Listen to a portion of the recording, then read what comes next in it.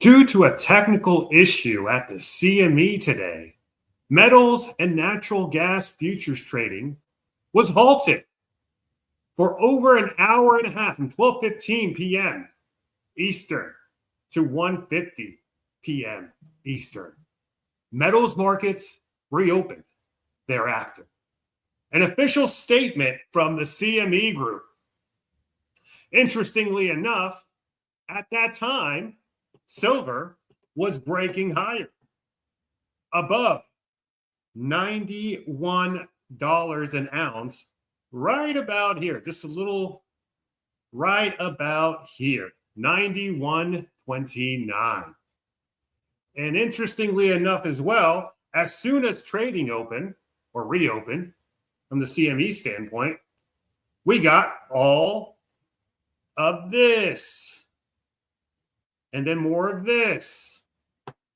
We got driven all the way down to 87.25, a $4 slam from the highs of today. That's what we're going to be talking about today. Very suspicious from the CME. And this comes a couple days before first notice day on Friday. Coincidence? Give me a 1 in the chat if you think so. Give me a 2 if it's conspiracy. Or maybe it's something else. Let me know in the chat. Before we get started, guys, nothing in this video is financial advice. I am not a financial advisor. Always do your own due diligence and hit that like and subscribe if you haven't already. Subscribe to the channel if you haven't already as well. It does help in boosting this video in the algorithm. Let's try and get this video out to as many people as possible. But as you can see now on trading, on the futures trading side, gold, 51, everything's pretty much in the red. We were soaring high in the green earlier today, but it seems to, we're still doing fairly well for the week, that is. Gold, just $1 shy of 5,200. Silver, a few cents shy of 89. Copper, a little over 6. Platinum, 22.81. So yeah, it looks like a lot of you are typing 2s, which tends to mean that you think it's not a coincidence. So what could it be? Well, let's take a look at the silver price chart and see where we are. So as I mentioned to you yesterday, or not yesterday, but the past week or so, we needed to break out of this resistance zone. This little bear flag pattern you see here, if we could break out of it, because typically a bear flag pattern means a continuation to the downside, but we were on the brink, and we still are, don't get me wrong, but we were all the way up here. We were breaking away from this bear pattern formation, which means that we're hitting this eventual resistance zone of $92. This is the previous high right after the crash. So like I was telling you guys in the earlier live streams, this is a critical zone. And it seems like, if it's not a coincidence, the controllers, some mysterious group, the CME, whoever was able to halt trading at the CME, provided enough momentum to the downside to pretty much nullify what we were witnessing earlier today. Now on a minute-by-minute candlestick, this is how things looked. We opened up the day. We're flying high. We were just about to break $92. We're about $91.30 on the high today. But nonetheless, it seems like we've pretty much recovered. Not recovered entirely, but we are in the process of recovering. You do see a bottom here, 2 bottoms, a double bottom, as my good friend Andrew Finding Value Finance would like to say. This is an indication of a bottoming pattern. So the bottom may be in for at least for the intraday, for at least for the short term. And that you're looking at about 80. I can't talk today. I'm a little tongue tied.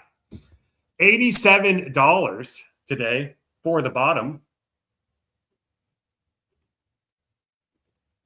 And we are back to this $88 zone, which is where we were around 24 hours ago.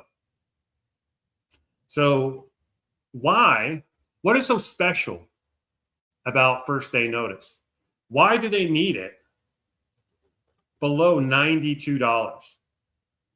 You'll notice we had a big wick here back in the 4th of February. The price got as high as 92.22. And then the next day, we had a massive slam. You see this big red candlestick? Today, we got close. We're flying a little too close to the sun. And then we had a mysterious glitch. Very interesting.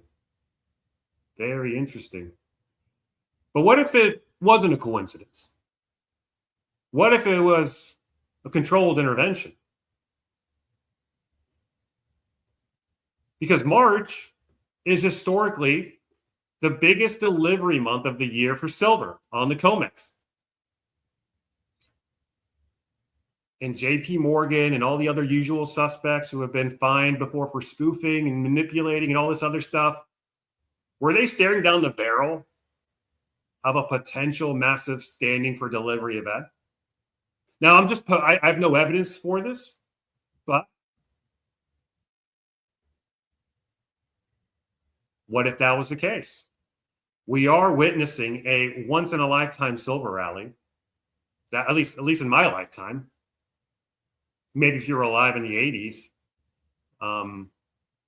you could have witnessed that. But in the modern era, this was the biggest silver rally of all time, heading into the biggest delivery month of the year. So here's what the halt actually did.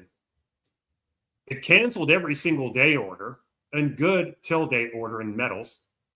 It froze the order books, so no new aggressive long orders could stack in the last 48 hours.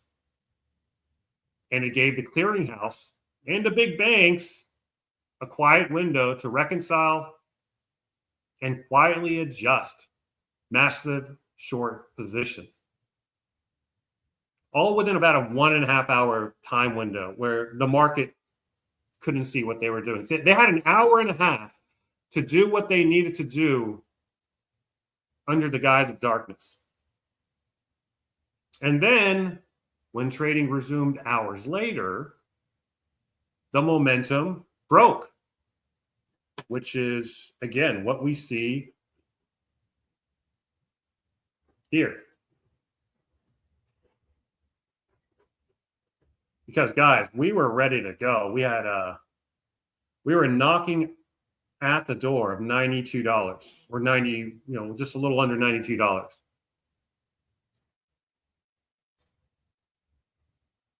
They broke the momentum and traders were whipsawed, and there's still like this memory of what happened about a few weeks ago. So there's a lot of jitteriness still in the metals market. And then they killed the momentum, essentially. They decapitated the momentum. So Friday is first notice day for March.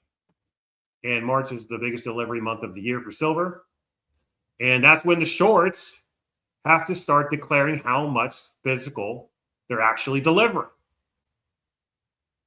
Or then they start the notice chain that could expose this naked short reality. So if they were behind it, they hit the kill switch today, which brought them a lot of breathing room, critical breathing room, I should say. And they let certain preferred longs get quietly rolled or cashed out, and they moved warrants around the back office without public price discovery. And did a little FUD as well, for good measure. So, yeah, I mean, we've talked about how if you do see this failure to deliver event, most particularly with my good friend Bill Holter, how this could be the daisy chain that unwinds credit as a whole. If you have a failure to deliver in silver, it could destroy confidence in the entire paper market, the entire derivatives market. And that is a huge market.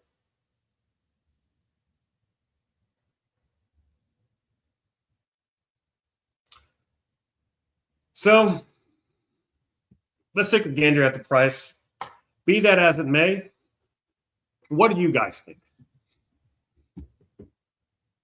What do you, drop me your thoughts in the chat. Curious to see why you think they halted trading today.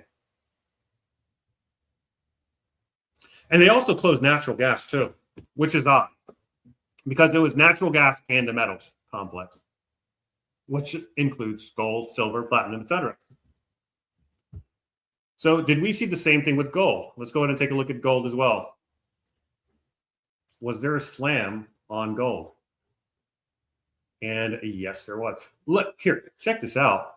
There's some weird stuff going on here.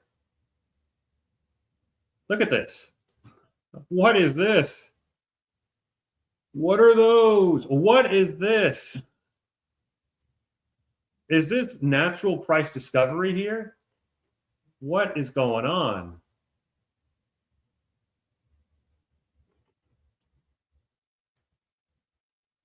Yeah, so gold was at 5,200.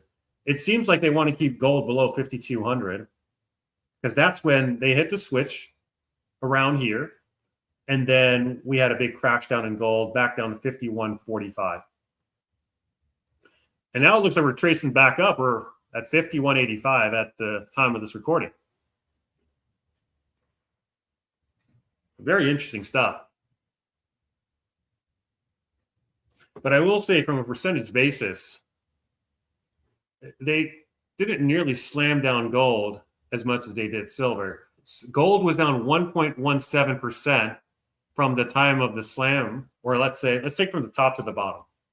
From the top here at 52.17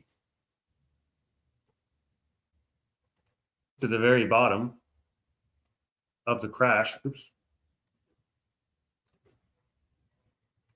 1.4%. Silver, on the other hand, from the very top here at 91.30 down to 87.29, a 4.3% smash, guys.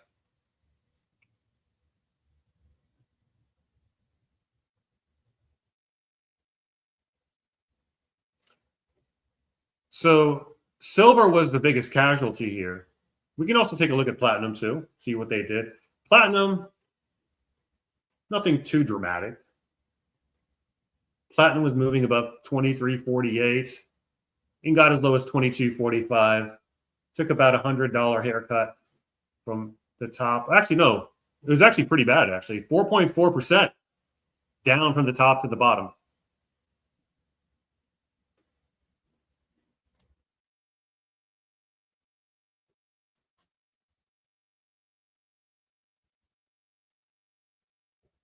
So has anything changed with the silver story? Again, we have a double bottom here. That's a good sign of a continuation back up to the upside. And here we are. You have your little resistance here. You have your little bear flag forming here. And it looks like it's coming to a head pretty soon at the beginning of March. Either we come back down and re-enter this bear flag pattern, which probably takes us back down further, or we break out from both this bear flag pattern resistance and this overall channel resistance and move on higher. Now, I know I interviewed Andy from Finding Value, and I posted that interview today, and he's really nervous about this big red candlestick. And I understand his rationale. Because throughout history, whenever you have these big slam downs, it's usually a consolidation zone. But what I will say is that it has been fairly subdued since the slam down. We have just been moving in a range. Like if you were to just ignore this big red candlestick here, just look at the beginning of the month, which is right here. We've just been trailing range bound sideways between $70 and $90. Now it's a pretty big range nonetheless, but it doesn't have you look at some of these other patterns and it's just one big red candlestick after another. Now you did have another one here on the 5th, and then another one here on the 12th. But notice how each red candlestick gets smaller and smaller. This is the biggest one here, followed by this one on the 5th, followed by this one on the 12th. And notice how all of these are separated by about a day. This is on the 30th. Not a day, a week, I should say. Separated by a week. This is on the 30th. This is on the 5th, 1 week's time. Or 1, 2, 3, 4 trading days. And then 1, 2, 3, 4, 5 trading days later, another slam. And this is when the Shanghai market closed for the week. And we actually went up higher. And now we reopened the Shanghai market. And it seemed like they were about to lose control of this price earlier today. And then we had a glitch all of a sudden.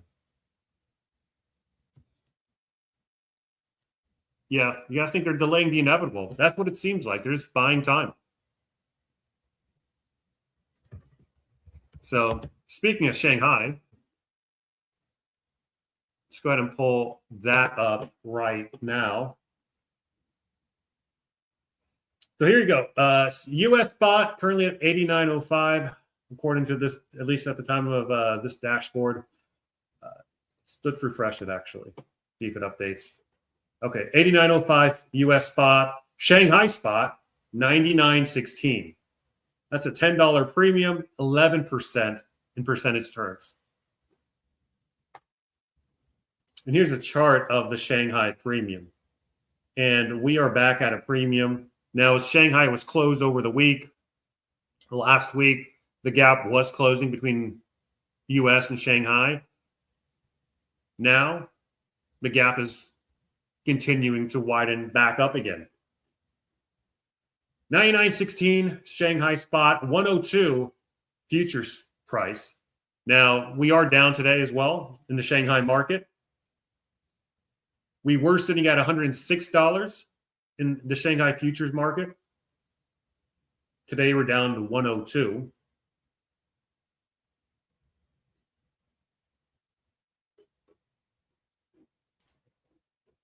So here's the futures chart. Yeah, the futures chart is even more, got an even bigger premium. You've got a 13, so on the futures side of things, you have a $13.27 premium on the Shanghai futures exchange price versus the Western futures at 89.43. That's almost a 15% premium versus a $10 premium on the spot market, resulting in an 11% premium in the futures market.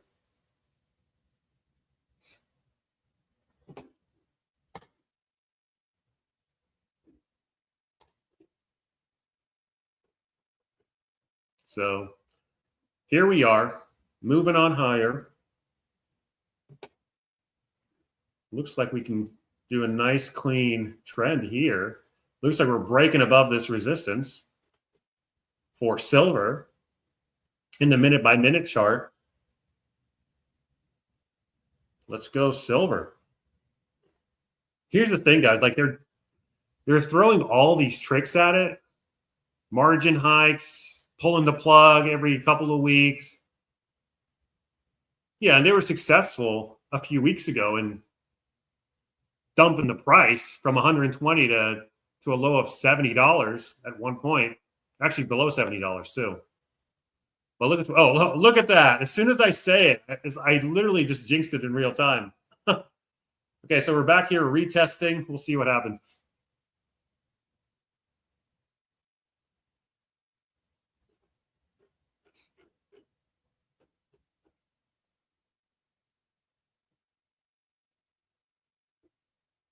So looks like we're breaking back down below the resistance line. So here's the ratio you guys need to look at. So if you look at the silver miners to silver ratio, that's breaking higher. That's a good indicator. You've got a little bull flag forming here on the SIL to silver ratio. And that's usually a continuation pattern to the upside. It's the inverse of the bear flag pattern. You're moving down this channel here. You're like on a little pole here. You've got the little flag here, and it's slightly tilted down. It's a sign for a move up on higher with respect to the silver miners relative to silver. Why that's important is because, again, we talked about it in previous streams before. When capital begins to allocate into the riskier side of the asset class, i.e. the mining stocks, as opposed to the metal, that's usually smart money investors positioning in. This is positioning happening now. They're loading up on the silver miners relative to the silver metal itself. And then you go ahead and you look at SIL by itself, and by golly, it's almost at an all-time high. You'll notice we had a little bull flag here. We broke out of it. We're moving up this channel here right now. We can extend it up if we wanted to, somewhere around here. Looks like you've got your little resistance line here, which could coincide with this resistance here for this, you call it a bear flag, I guess. And so SIL, look at it as your canary in a coal mine. But the fact that it's already close to all-time highs, whereas the silver price itself is still down here, I think that's a pretty good sign.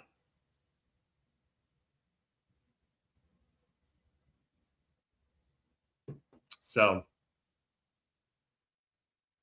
I'll say the fact that mining stocks outperforming the metal on silver, not just on silver.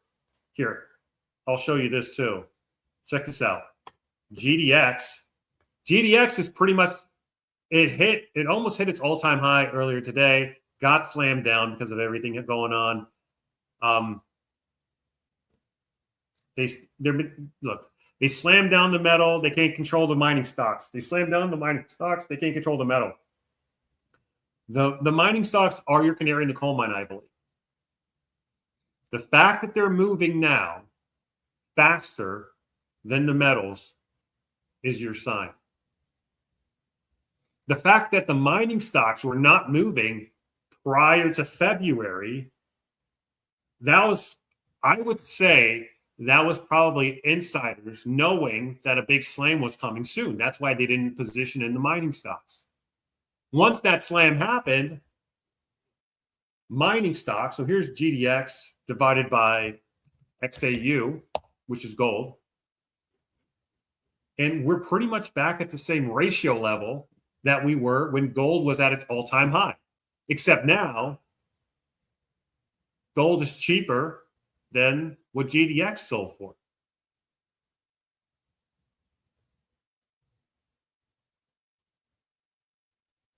And then let's also look at silver versus gold.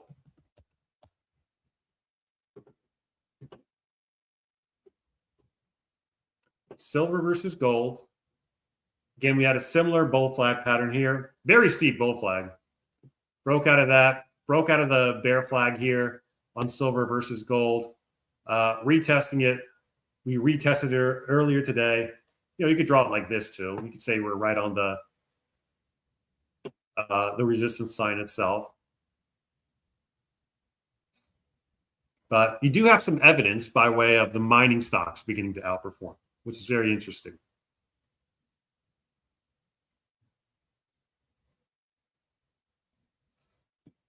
So let's go on Twitter, see what the masses are saying about the CME trading halt. And you know what? Let me slap on the silver price here so I can see it. All right, so it's $89 still. Let's see what everyone's saying on this about the CME. From Just Dario, the CME is now so pathetic that its shenanigans can't even get nailed in real time. So what does it say here? Your technical difficulties conveniently resolved at the exact moment 31,828 silver contracts. That's 159 million ounces were market sold in a single 15-minute candlestick to defend the 91 resistance line. It's a synthetic delta dump, not a glitch. Yeah, come on. I didn't even know that. I didn't know it was 159 million ounces of contracts sold within a single 15-minute candle. Wow. Happy Hawaiian says, has anyone noticed metals trading at the CME only has technical issues when it's rising? Yeah, what's up with that?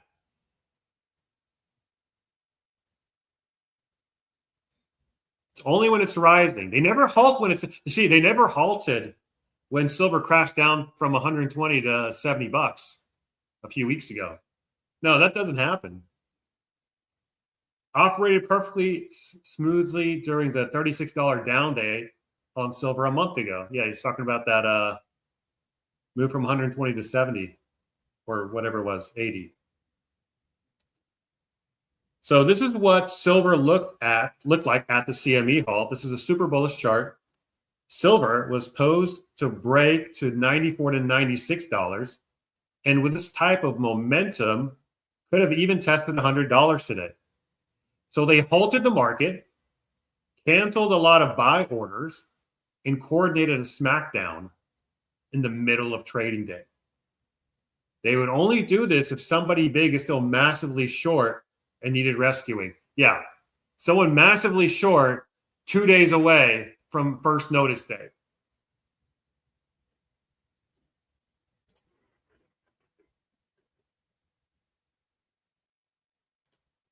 And this is a tweet here from the CME group.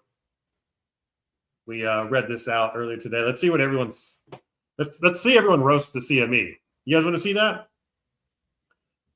Silver Degen says, so this is underneath the post here from the CME group. CME is ran by criminals, burn in hell. CME group, your technical difficulties, quote unquote, conveniently resolved at the exact moment. Yeah. So this is the same tweet we just read out. Am I reading this right, or did 31,828 contracts change hands during your outage? Ah, interesting. Yeah. What a coincidence. How did that happen? So let me get this straight. For the past 5 years, you've had 0 outages, but now when metals are running and other market corruptions coming out, there have been 2 outages in less than 6 months. So he's talking about the one today, and then the previous one on, the 27th and the 28th, right after Thanksgiving. Remember that, guys? That was when they had the data center cooling issue. And it's interesting, nat gas too. I haven't checked on nat gas in a while. We'll look at the chart of nat gas. Maybe there's something going on there. Chad Netohin says, you guys are criminal liars. I hope China ends your existence. Look at that smash. Here's when it halted, okay? The red area here is when it halted. Look at that. We're moving up. We had the tailwinds to our back. The CME halted, and then a few moments later, bam, smash down below 88.50. Donald Trump, please direct Congress to open an investigation regarding the multiple recent instances where silver price was rising to record highs while the paper market is being exposed as a Ponzi scheme of fake OZT. Fake ounces. And then CME halted trading due to a glitch. How fragile is the ecosystem? Or is it market manipulation? Are national and neighborhood banks next? Will their doors just get locked so people can get their money? So yeah, you have all these people roasting the CME right here. It's really bad. It's really bad.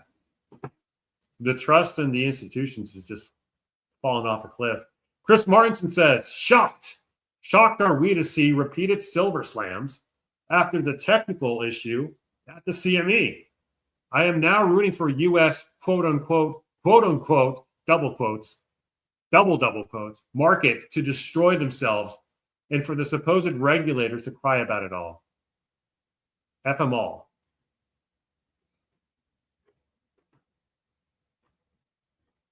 MBA Economics says, no kidding, the CME fixed their glitz server issue at exactly the point where they were able to tamp silver.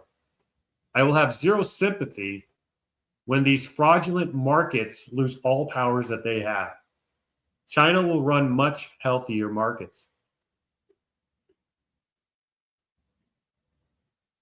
Just Dario says, this is what happened to silver so far since the CME resumed trading after its technical issue. If there is anyone who thinks this is normal market behavior, please let me know in the comments, and I will DM you since I have a nice bridge to sell I can offer at a bargain. Yeah, here it is. Boom. Smash down, recovery. You have your little bear flag here. Boom, smash down, bear flag.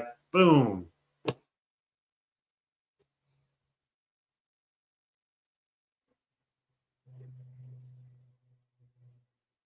So what are they going to do? Like, here's the thing, guys. We still have another day, another couple of days of trading. Actually, no, one more day of trading for first notice day. Like, what if it just rips on higher tomorrow? Are they just going to pull the plug again? They've done the margin hike thing. That's run its course. It's no longer potent. They've pulled the plug now twice in the last 3 or 4 months. Are they going to claim another glitch or cooling issue tomorrow too if metals run hot?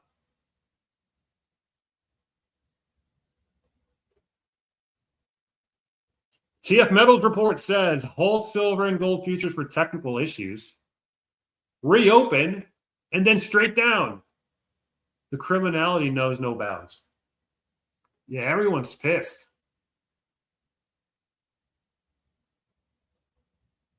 When you realize silver went up over 100% last time CME had server cooling issues.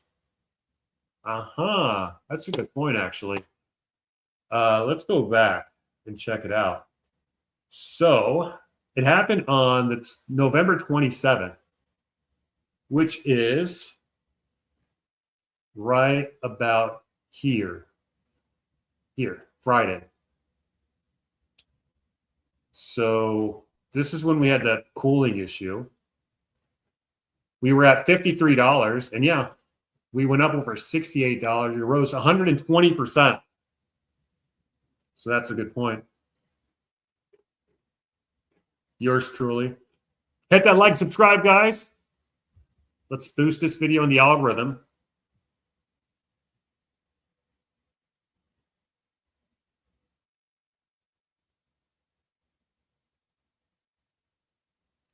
Jason M says, CME, we know what the technical issues are, and we are pissed.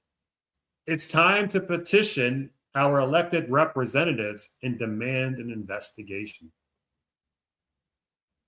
What is this, a little Karen equivalent of a silver stacker?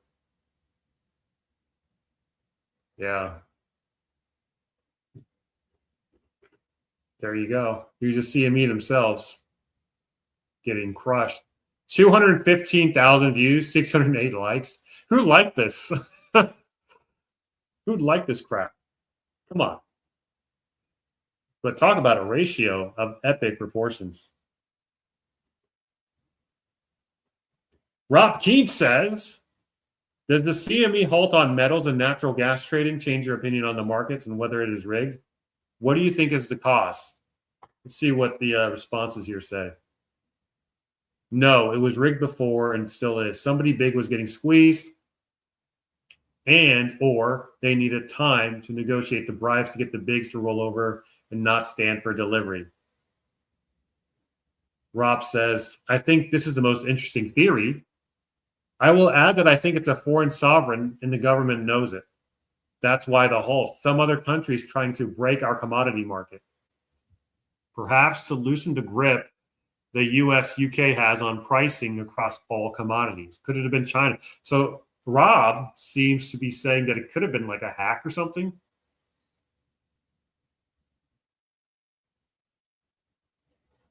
But that would imply another country wanted to smash down the price of silver. So here's the opposing view. I interviewed Eric Hume today. And if you recall from my last interview with him, he posed the notion that it's actually America and not China that wants to see higher silver prices. China is heavily reliant on silver. China is electrifying its grid, relatively speaking, more so than ours. Here in America, we don't have a high enough silver price to incentivize the smelters here to produce more silver and silver bullion. So and I'm giving away to tomorrow's episode, but be sure to check it out. It's a great episode. But he posits that America actually wants to see silver north of $100. And it's actually China that could be the perpetrator in slamming it down. It's a nice little plot twist. And when you think about it, silver rose from mid-70s to high 80s last week when the Shanghai market was closed. So when we have a thesis like this, when we have a model like this, it's good to keep a tally on the instances that support your thesis. So Shanghai shut down, silver rose $10 over the week. I don't know. What do you guys think? Do you believe this theory? Give me a 1 in the chat if you think that this is a Western banker attack on silver and metals. Give me a 2 if you think it's China or some other foreign entity doing it that essentially took down the CME trading today at around noon. 1 if it's the Western market, Western bankers. 2 if it's some foreign entity.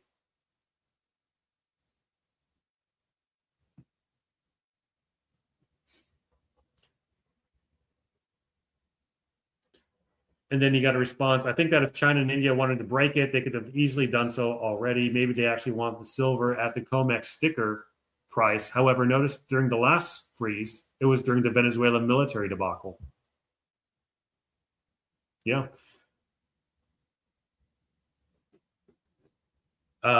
This guy responded, 100% rigged, manipulated. The problem is they can't print physical silver. Eventually, something will have to break. Agreed. CME always does whatever they need to do. All right, I think we got a good handle on this. Let's see what else people are talking about. Asian guy. Do you guys want to pop in and see what Asian guy has to say here? We'll listen in for a few minutes, see what he posits. Wednesday evening, February 25th, 2026. What happened today in the silver market is something that I believe will be studied for a very long time, and I want to take you through it carefully, methodically, with every number sourced and every claim clearly separated between what is confirmed and what is alleged. Because today we got 3 things happening simultaneously that have never lined up like this before. Silver blew past $91 an ounce.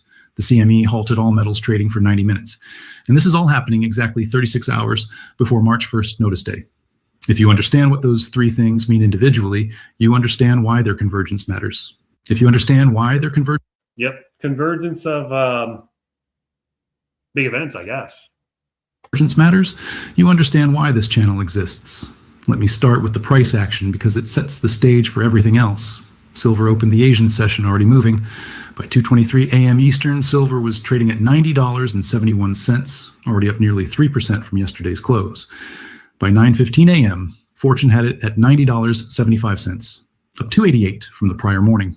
By 9:35 a.m., FX Street recorded $90.96, up 4.19% from Tuesday's close of 87.30.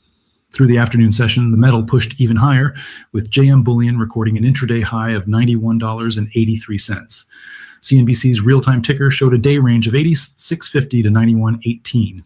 To put this in context, exactly 1 year ago today, silver was trading at $31.74.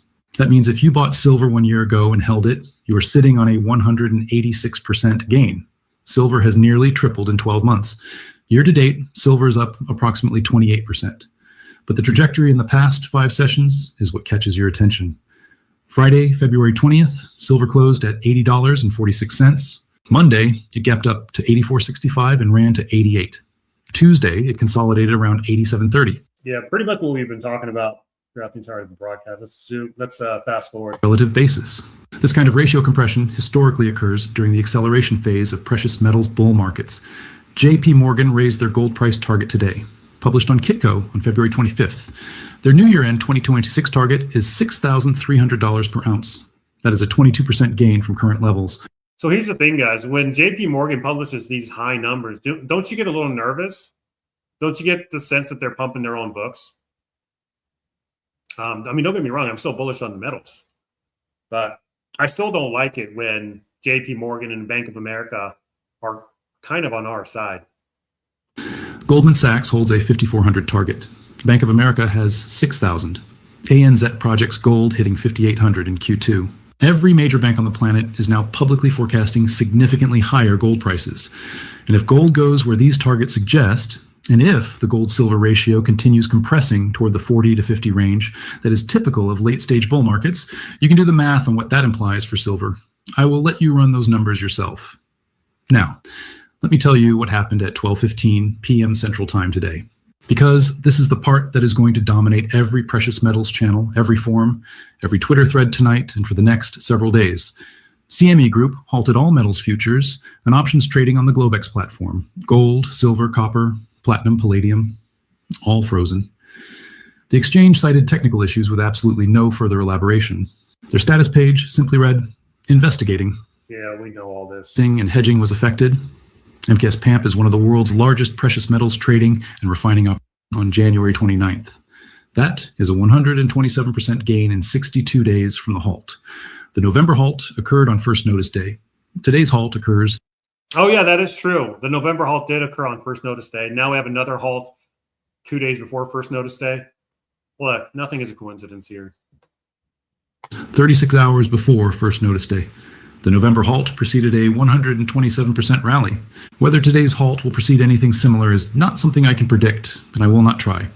What I can tell you is that the pattern recognition is impossible to ignore, and the precious metals community is already drawing the parallel loudly. Behind the November halt, there is a story that has circulated widely in precious metal circles. Goldbroker.com, specifically analyst Cyril Joubert, writing on December 2nd, reported that Chinese sources close to the Shanghai Gold Exchange and Shanghai Futures Exchange revealed a buy order for 400 million ounces of silver with a simultaneous COMEX delivery demand of 7,330 contracts, representing 36.65 million ounces at a 3 to 4% premium. The alleged buyer was China Chengtong Holdings Group, a state-backed entity that controls much of China's silver industry chain. SD Bullion confirmed that JP Morgan shifted roughly 13.4 million ounces from eligible to registered around the same time. Let me be absolutely clear. None of this has been confirmed by CME, CFTC, or any mainstream financial outlet. It remains an unverified market rumor from precious metals community sources. The delivery volume data appears sourced from actual COMEX reports, but the identity of the buyer and the specific circumstances are alleged, not proven. That matters. You need to know the difference between what is confirmed and what is claimed. Now, let me connect all of this to the current COMEX delivery situation, because this is where the math gets very uncomfortable for anyone short silver on paper. On March 1st, notice day is February 20th. Yeah, we'll close it here in a sec. We'll close this here in a second once he gets to the punchline. 27th. That is Friday. 2 days from right now, March open interest currently stands at 22,966 contracts. That is equivalent to approximately 114.8 million ounces of silver at 5,000 ounces per contract. Now that number is down dramatically from roughly 85,800 contracts in early February, reflecting the March to May roll that has been happening over the past several weeks. Most of that open interest has rolled into May, which now stands at 70,172 contracts. But here's the problem.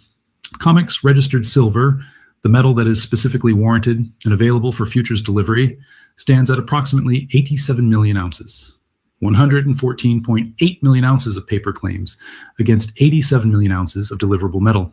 That is a 27.8 million ounce gap. Paper exceeds physical by roughly 32%. Heavy metal stats, which tracks COMEX data.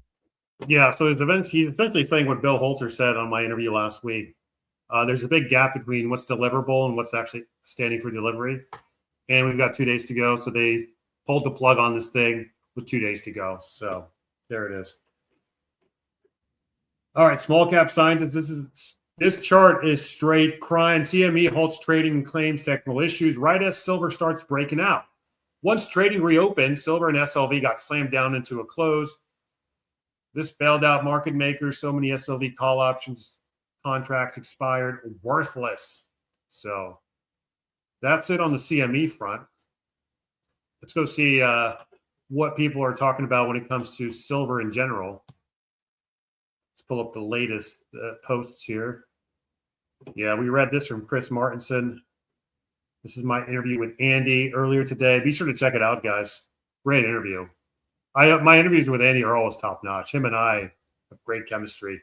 We pretty much have the same philosophy when it comes to trading and investing. One chart tells an important story from Eric Young. China shifts from U.S. Treasuries to gold. So I guess this is their Treasury holding, down to 7.3%. In their gold holdings here on the right-hand side. So, yeah. And if you haven't watched my interview with Andy, we kind of touch on this. With the way the bond market's heading, we're looking at higher interest rates for bonds. Maybe not in the immediate term, but in the long term, that's the trend. And, of course, that means a move out of the bond market. Now, when people move out of bonds, they've got to put their capital somewhere. And gold is that natural destination. You see it already happening in China. China already got ahead of it. So as things unfold, gold will continue getting a bid because of it. And the bond market is much bigger than the stock market, which is also much bigger than the gold market by a long shot. So we read this. This is me, as you know. And I think that's it for today, guys. Currently trading at $89. Let's take a look at the minute-by-minute chart. Oops. Yeah, something like that. We might come back down and test this support, this resistance line, and that's now support. So that's all I got for you today, guys. Hit the like and subscribe if you haven't already. Let me know your thoughts. Some interesting predicaments occurring now. So the next 2 days will be interesting. I might actually have to post 2 videos tomorrow because I recorded a video with Eric Young today and a video with Bill and Dave Morgan as well. And with the Bill and Dave Morgan video, we pretty much talk about first day notice. So I might have to post it tomorrow so it stays relevant by the time first notice day comes around. So yeah, you guys might be getting a double header tomorrow. Eric Young and then Bill Holter and Dave Morgan on a panel. So be on the lookout for those. Hit the subscribe button if you haven't already so you don't miss those episodes. Hit the bell notification too so you make sure YouTube notifies you whenever I go live. And be sure to hit always on the bell notification. And so with all that said, thank you guys for watching, and I will catch you all next time.